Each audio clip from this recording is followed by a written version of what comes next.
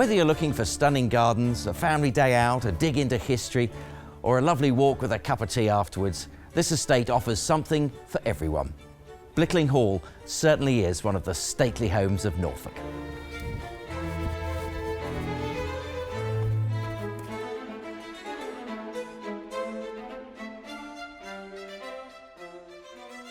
Your first sight of this distinctly turreted red brick Jacobean mansion, with its cherished yew hedges either side of the expansive driveway, is one you probably never forget. With its beautiful gardens, serene lake and 4,700-acre parkland, Blickling Hall is the jewel in the National Trust crown in Norfolk. Its family history is indeed varied, with tales of king's mistresses, political intrigue and social ambition. For 4 centuries, the estate has been at the heart of this North Norfolk community, from the Boleyn family to the Royal Air Force in the Second World War. And today I can discover the spirit of Blickling and walk in the footsteps of lords and ladies, of cooks, butlers, footmen and scullery maids, all of whom have left their mark. This is the first point that the visitors come to at Blickling. It is. This is the entrance hall to what would have been the Great Hall at one time when the house was built in the 17th century. It's had some changes, which probably we'll talk about later, but this is the splendid area where everyone walks in and goes, oh my goodness, what a lot to see in here. One of the other things I'm really noticing here, Jan, is this magnificent stained glass window. What's the history behind that? Yes, it's an absolute jewel, isn't it? And it predates the building itself. It came in very early, about 1802, and it was put into the house.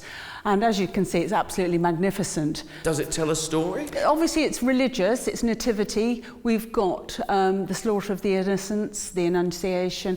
It's quite a story, but it doesn't tell a story in itself. The panels are individual, but they are very, very important pieces of works of art. In the 18th century, there was some development by the second Earl. That's right. You've done your homework, Chris.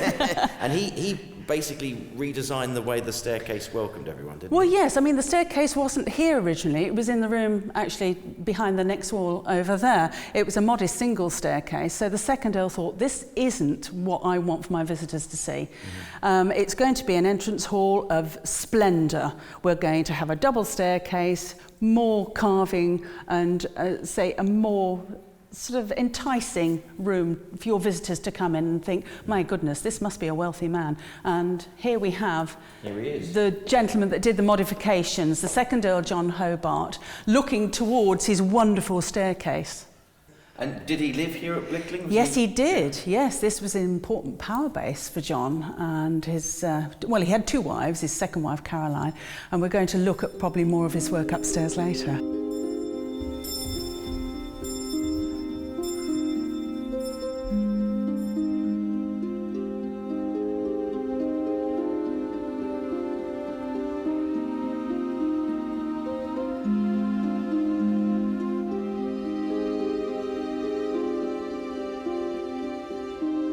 Jan, what strikes you when you first come into the library is this ornate ceiling, and there's obviously a lot of history and pattern to it. Do tell me more. Absolutely. It's based on Henry Peacham's Minerva Britannia, and it's full of emblems and devices, and we've got the coat of arms, and it's an incredible piece of work. It's quite finely detailed, and the first part of it, as you can see there, is Doctrina, and Lady of Learning, a book on her lap with holding up her lamp, which fits nicely as this is our library. Yes, and over on this side we've got Hercules as well, blindfolded and carrying the world. The 2 pillars there, and you go along and you'd be talking with your guests and your friends as you paraded through the long gallery of 123 feet, and you discuss all these wonderful things on the ceiling. Yes. The coat of arms there, again, it's got the bull in, and that is actually quite often seen here at Blickling, Yes, isn't it? there are about 28 illustrations throughout the house, either over a door case or on a ceiling. It's the Hobart's achievements, it's in there, and it's really probably derived from the Boleyns, who had the manor house previously, and they probably kept it on, but it's definitely part of their achievements now and their coats of arms. It's absolutely everywhere. Also depicted in the ceiling, we've got the five senses, haven't we? Taste, smell, sight, and so forth. Absolutely. As you can see as you go along, there's a lady with a glass, there's someone with a flower. You have to look quite closely at it, but yes, it's a wonderful story to tell as you walk along. Yes. What struck me most, if we could just wander over, is this wonderful fireplace. Yes. It doesn't seem as large as you'd expect. No. What's the reason behind that? No. Well, it isn't, and it's actually, I suppose it was a temporary fix by the 11th Marquess, who was looking for a new fireplace after the removal of the John Hungerford Pollen hooded stone fireplace. It was huge. So we've got this, what is an artificial fireplace. It looks like marble, doesn't it? Yeah. But it isn't. It's a wooden fireplace with very clever painting, decorative scheme on it. And the other thing I notice here is these two impressive fire dogs. Yes, they're absolutely glorious, aren't they? John Hungerford Pollen again created the whole scheme in the fireplace with the Lothian arms there in the sun.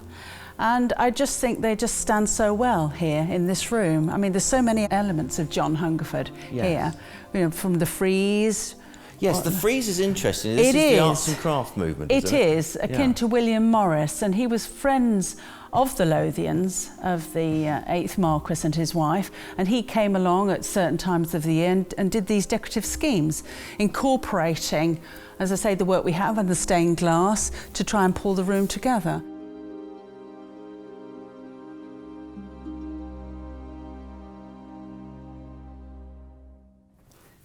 Right, Chris, now you know we were talking downstairs about the second Earl's changes to his rooms. Yes. Well, this is a complete change and a whole design to his own making. And what a wonderful room it is, isn't it? Completely different from the Jacobean ceilings. Got a glorious ceiling up here by William Wilkins to William Ivory's designs, taking inspiration, I think, from Herculaneum and Pompeii. Lovely pink apricot. The eye is immediately caught to this extraordinary tapestry. Yes. Peter the Great on his horse at the Battle of Pratulva. It's an immense tapestry. I think it's about 21 foot of tapestry, and it was a gift from Catherine the Great to the second Earl, John Hobart, after his 2 years of British ambassador. And when you come back with a prize like that, what do you do but make a room to fit it? Absolutely. And here it is. This was actually 2 or 3 small rooms, and to fit that in, he had to take the ceiling up completely and to knock through. This was what we call a stately makeover. And of course, then to have the walls covered in silk and the Hepplewhite chairs. This is a statement room. This is I have arrived. The carpet, the Axminster carpet, was made for this room. And what you're seeing now today is the arrangement that would have been kept at that time. Complete with portraits of him and her above the fireplace. Yes. His wife Caroline Connolly, his second wife, and George II on his horse. And as you say, it is a statement room. I have arrived. Yes. This is who I am. This is my wealth, my power, my position. Yes, this is it. The Hobart dynasty has started by Henry and certainly continued by John here.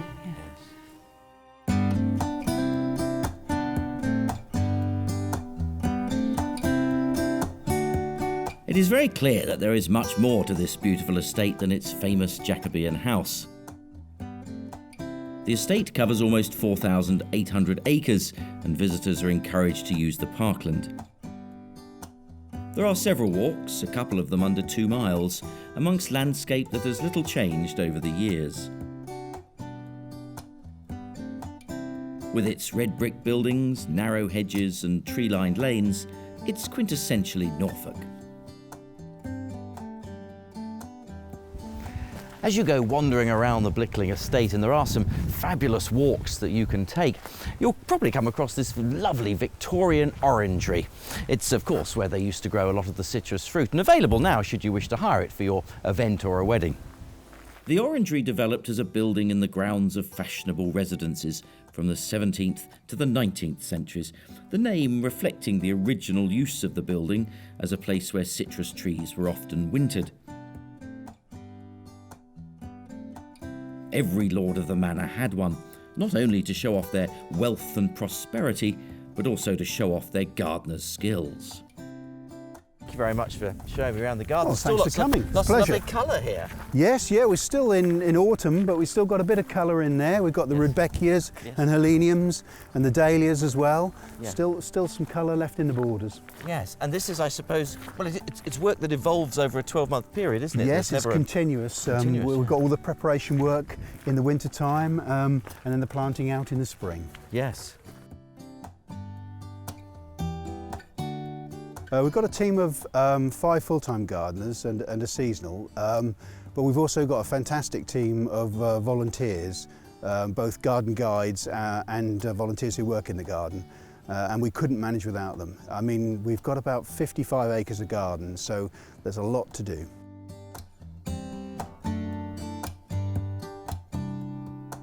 The parterre garden is the highlight of Blickling. The herbaceous plants are quite spectacular throughout the summer. It was designed by Nora Lindsay in the 1930s, and she designed new gardens for old country houses. And it really does blend in well with over 400 years of history at Blickling. The whole team really care about the garden, and as well as the parterre garden, we've got the double borders, which are in the style of Nora Lindsay, and we plant out nearly 2,000 annuals. And they recreate all the different colour themes. So you've got cool colours, warm colours, hot, a white border and a black garden. So it really does all come together, a painter's palette of colour. So whether you're looking for a stunning garden, a family day out, a dig into history, or a lovely walk with a cup of tea at the end, this estate is bursting with ways for everyone to enjoy themselves. There's no doubt that Blickling is one of the stately homes of Norfolk.